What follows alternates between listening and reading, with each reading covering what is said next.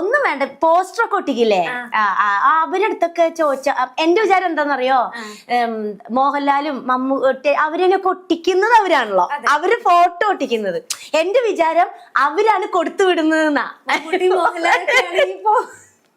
എപ്പോഴും അറിയാം 5ാം ക്ലാസ്സിലൊക്കെ നമുക്ക് അത്ര ഇപ്പോഴത്തെ കുട്ടികളുടെ അത്ര ബുദ്ധിയൊന്നും അന്നില്ലല്ലോ. ഇപ്പോഴത്തെ കുട്ടികളൊന്നും അങ്ങനെ ചിന്തിക്കില്ല, അവരിത് കേട്ട് ചിരിക്കും.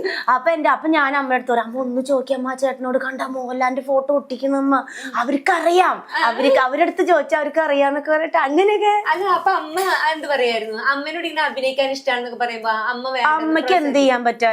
അല്ല അമ്മ പറയും നമ്മളെന്താ ചെയ്യാ, ഞാനും അമ്മയും മാത്രല്ലല്ലോ, നമ്മൾ ഇവിടെ പോയി ചോദിക്കും, അതൊക്കെ ആണുങ്ങളാണ്, അതിൽ നിറയെ ആണുങ്ങളാണ് എന്നൊക്കെ പറയും. അപ്പൊ അന്ന് കുടമാറ്റം, അങ്ങനെ വെങ്കലം, അതൊക്കെ ഷൂട്ട് ചെയ്യണ സമയം. അപ്പൊ അത് വന്ന് കണ്ടിട്ട് നമ്മുടെ അടുത്തുള്ള ചേട്ടന്മാരൊക്കെ പറയും, മഞ്ജു വാര്യറിനെ കണ്ടു, ദിലീപേട്ടൻ അവിടെ ഉണ്ടായിരുന്നു എന്നൊക്കെ പറയുമ്പോ എനിക്ക് കൊതി വരും. എന്നിട്ട് ഞാൻ ഈശ്വര ആരെങ്കിലും എന്നെ ഒന്ന് കൊണ്ടുപോയെങ്കിൽ എനിക്ക് ഷൂട്ടൊന്ന് കണ്ടാ മതി.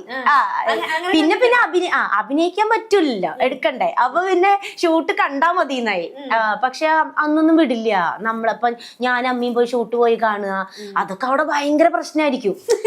പെൺകുട്ടികള് പോവേ, അങ്ങനെ പെൺകുട്ടികള് പോവേ ഷൂട്ട് കാണാനോ, ഈ ആണുങ്ങളൊക്കെ ഉള്ളപ്പോഴോ എന്നൊക്കെ പറയും.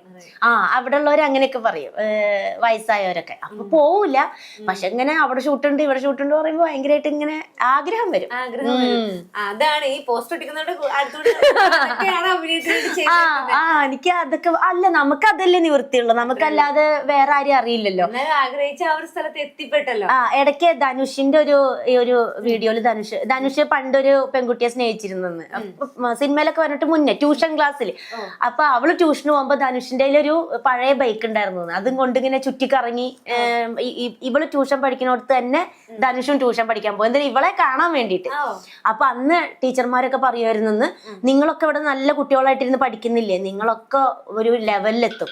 വേറെ ഒരുത്തനുണ്ടല്ലോ പുറത്ത് ഇങ്ങനെ ബൈക്ക് ഓടിച്ച് ഇങ്ങനെ നടക്കുന്ന, അവൻ നോക്കിക്കോ തമിഴ്നാട് മൊത്തം അവൻ കൂത്താടാൻ പോവാണ് എന്ന് പറയുന്നത്. അതായത് പഠിപ്പൊന്നുമില്ലാതെ അലമ്പായി പോകുന്ന ശപിച്ചതാണ്. അപ്പൊ ധനുഷ് പറയണ, ഇപ്പൊ ഞാൻ തമിഴ്നാട് മൊത്തം കൂത്താടിക്കൊണ്ട് നടക്കുകയാണ്. അപ്പൊ അതുപോലെ അങ്ങനെ കമ്പയർ ചെയ്യണല്ല, അതുപോലെയാണ് എന്റെ കാര്യം.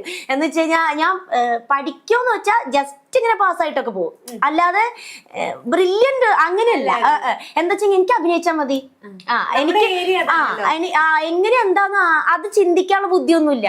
ഇപ്പൊ അതിലേക്ക് എടുക്കാനുള്ള കഴിവുണ്ടോ അല്ലെങ്കിൽ ഭംഗിയുണ്ടോ, അതൊന്നും എന്റെ മനസ്സിലില്ല, അഭിനയിച്ചാൽ മതി.